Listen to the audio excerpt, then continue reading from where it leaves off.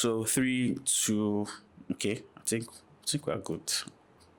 Yeah, good. This video is a full breakdown of the Busha video I made, which is kind of doing numbers, and I'm surprised it's doing that much numbers here. But of course, yeah. So I'm going to do a full breakdown based on popular demand, and yeah, it's going to be a long video because this is unscripted, right? So I'm breaking it down to 4 parts: the ideation, the scripting, the filming, and then of course the editing. So I'm going to show you guys the full workflow processes on how I brought the idea and everything to life. When I came across the bounty, I read through the requirements, I went through the app, and I told myself I definitely knew I was going to do something different, because the average output for this bounty would most likely be talking head videos and motion design, showing the app interface and all that, or so I thought, right? So I told myself I needed to be different. So the first step was determining or knowing what style to use for the video. I knew I wanted something that people would relate to mostly, and just a pinch of nostalgia. So what was the thing I did? I went to YouTube, watched a lot of ads from the early 2000s to, just to get inspired, right? I watched a lot of ads and they were not really resonating with the idea I had in mind or the picture I had in mind. I told myself, okay, Busha is a financial app, right? And just look for a global financial app that has been in the market for long and watch their ads and see how it is structured, since that's what you're going to go find. It is within the same scope, right? So I went for PayPal. PayPal is a global financial app, by the way. I watched a lot of their ads from early 2000, not their recent ads. I watched a lot of their old ads, and I noticed something. The structure was consistent across all their ads in that era, and was not just consistent within PayPal, it was consistent across all brands, then Coca-Cola, Pepsi, Nike, Apple, like all the same structure. They all use the same structure. So I knew this was the inspiration I was looking for. I needed to figure out music. I knew the style, I knew what I was inspired by, but I needed to figure out music, right? It took me a while for me to figure out the exact music, and I got some, right? I listened to music a lot. I got some and I noted them down, but I know I didn't eventually use them, but that's how the process is, right? So I figured out the music or the type of music I needed. I knew I was going to sell the story. The next thing was references. Ideally, like I said, scripting is normally the first step that people would take before they get their shots, but I already had the idea, I already had the stories in my head. I needed a pictorial representation of it so I can see them and be sure that this is telling the story I want to. So I went to FrameSet. FrameSet is a website where you can get short references from movies. You just type in what you want and it will give you a gallery of images that that could inspire your shot and everything. So I gathered all of these references and put them in order, like in the order of the story. I knew I was seeing my idea, not just thinking it, I was already seeing it already in these references. So I had an idea of the kind of shots I was going to take, right? That's entirely the ideation process, right? Thinking of what style, being inspired, and figuring out the music, and also gathering references. So having all of this, I knew that okay, my idea is 80% physical right now. It's not more in my head anymore. It's already pictorially illustrated or represented already. It was much more easier for me to script now, because having all the idea, having it pictorially represented or illustrated, so I didn't knew what shot I was going to take for each part. I just needed to put them in words that I would say or that I would narrate to people already, because left for me, if I only put those pictures and just put music already, the video is already still going to make sense to a lot of people. But obviously I needed to talk over the video, explain some technical parts, and going back to the inspiration, to my inspos, there were not a lot of words spoken. So I knew I didn't have to say a lot of technical words, just simple storytelling, go straight to the point, not so much technical words, basically just things that people would know instantly and get what you're trying to say. That was the way I structured the script, and it was not so easy because I'm not a writer, right? But I had to figure it out. The hook, the context, and the solution, and then the plot twist. That was how I structured my script, and that was it for me. Yeah, I researched for a day because I knew that. I researched for 2 days actually. I finished scripting on Saturday, and in the morning, right? Because I stayed up all night scripting on Saturday.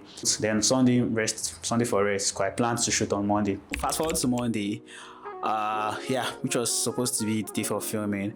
I set out to the restaurant I planned to. So the cafe part was supposed to be a restaurant, but I made a mistake. I didn't do recce, and recce is like reconnaissance. That's like going to the location you want to film and the day before, some days before, to just get the shots that you plan to get for the main shoot. I didn't do all of that, and probably if I had done that, I would have known that the restaurant I chose to film at do not allow digital cameras. They only allow phones, and obviously that was not an option for me. So I had to settle for the cafe, which turned out to be really, really nice, right? I actually liked that was one of my favorite shots in the video. So the next place was the mall. The same thing happened.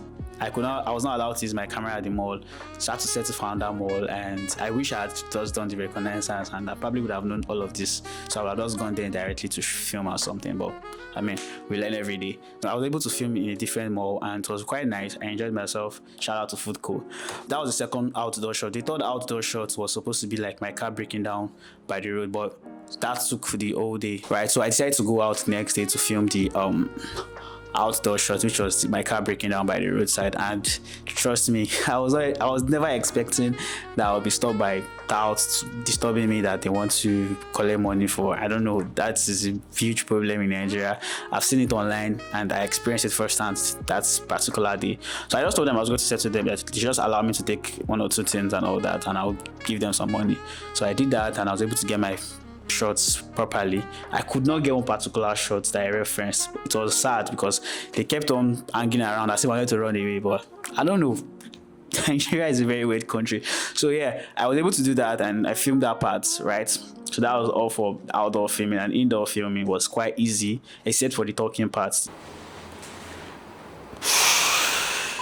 I even get to set this alert for margin calls. So when the market dips, the Busha, I don't know, people that do talking head videos, they really try. I do not like scripted talking head videos, honestly, just like this one, but this one is all scripted, by the way, so it's quite easy. I'm just talking directly, like from my head and everything, which is going to show in the video because I'm going to be a lot of cutouts and everything, but it's fine, honestly, it's fine. So yeah, that was me filming. I filmed all the parts. I had all my short list. I had a short list, by the way, so filming took 2 days, and now it was time for editing. I knew I was going to take my time with the editing because, you know, this is the part that brings everything together. The filming, the scripting, everything, the idea. This is the part that sells it the most, that makes your idea really come out. I knew I was going to take my time, although with the deadline, right? After copying all the files and everything to my PC, my hard drive, and I put them together in the order of the story. So I watched it, and it was coming together. It was making sense. So what I was going to, I work with music, right? I did with music, and I'm sure most creators do, right? The music I've selected, or I thought I was going to use, when I put them together with the video, there was a very huge disconnect, and it was not giving me the vibe I wanted. That was the problem for me. I actually got frustrated at that part because, you know, after setting everything, you know, when you've planned everything and you're thinking that, okay, once you're done filming, you just bring the music in and everything's going to be easy peasy. I put in the music, it was just a huge disconnect. I said, bah, this is not gonna work. So I took a break from editing that day and just did something else. I think I made a different video and I posted and everything. Next day, I came back again. Although the previous day I listened to some songs and I noted them down again, and that's when I came across the Asha song. But I knew that was going to be the ending part. I wanted to do, because one thing about me, I like switching music in videos, right? I like switching videos, like switching music in videos. I knew that second part was going to be, you know, for the ending, that Asha part. And the part where she said something like that, like it had to do with it was relatable to the content, right? Because it has to do with money, right? Busha being, you know, you taking your Solana to borrow money, and Asha is saying Molola, what that means I have money in my pocket. Having that song come at the ending is going to give some context to everything. It's going to connect everything together, so it made sense to use at the ending and all of that. And it had that, you know, that swing kind of jazz, brass, all of those things together. Everything was coming together, so I had music for the ending, like the outro and everything. But I needed something that brings the video from the beginning, that starts with the video from the beginning. Since I was going for that kind of sound at the end, I needed something similar, right? But more different, but something similar. So I had to go for the swing jazz vibe, and it also helped the pacing, because I was going for something slow, then it goes fast, but I decided, okay, you know what, let me just go all fast, like all through. And that was actually a very good decision for me. So I did that, and it changed the pacing of the video for me, and it was actually nice for it to happen that way. At that point, there was something to work with. I had my shots aligned together, with the music, everything. So this was where the cutting, the text, like cutting the unnecessary parts and bringing it together. The points where I needed to add sound effects, to sell the story more, and all of that. So I put all of that together, and yeah, that was it. So this took me 3 days or 4 days, right? It took me 3 to 4 days. The next part was color grading.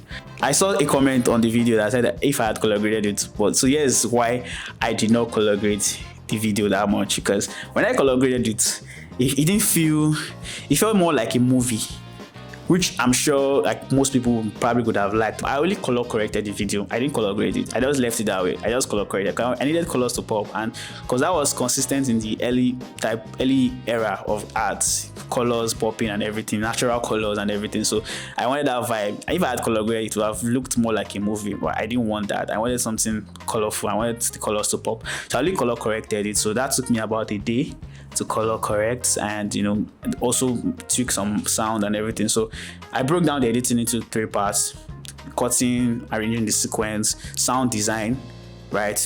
Sound design, and then color grading. Right. After doing that, then the texts, right? Text effects and all of that, right? Adding the text, the subtitles. So practically it took me 3 to 4 days, right? So after doing that, I started watching over and over again, just tweaking minor things. So I was done with the video. I exported it and sent it to a few of my friends to watch it and show me how they felt, because it's very important to get feedback before putting out to the general public. So I sent it to a few of my friends and they loved it, right? The intro, the outro, everything made sense. In fact, I had to call my friend for the last part, shout out to Demi, to give me a voice recording of the part where someone called and I was like, what's the name of the app again? So I did that, all of that. Because I knew there was going to be a plot twist. Plot twists happen in Hard a lot. Check 2005, 2006. There are a lot of plot twists. Something you wouldn't expect to happen. That was a major structure that was consistent across old ads. I needed to do something like that. I did that, and that was how the video came to life. I exported it and posted it online, and people loved it. People felt the way I wanted them to feel. There were a lot of comments about having that nostalgic feeling watching the ads, like this is commercial style, and that is exactly what I wanted. This essentially was the full process of how I came about the videos. I'll be putting out more breakdowns like this on my X. I hope you follow me and subscribe to this channel, I guess. See you on the next one.